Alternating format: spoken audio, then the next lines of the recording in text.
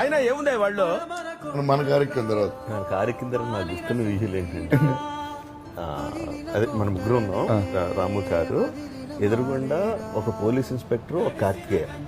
ఇద్దరు లాఠీలు పట్టుకొని వాళ్ళిద్దరు జనాలు క్లియర్ చేస్తారు. క్లియర్ చేస్తా ఉంటే కారు మంది ఒక్కొక్క వెళ్తా ఉంటే లోపలికి కొట్టదు ఫ్యాన్స్ రా పాపను కొట్టదు, నీ చేయబడి ఏం పర్లేదు, దండాలయ్యా దండాలయ్యా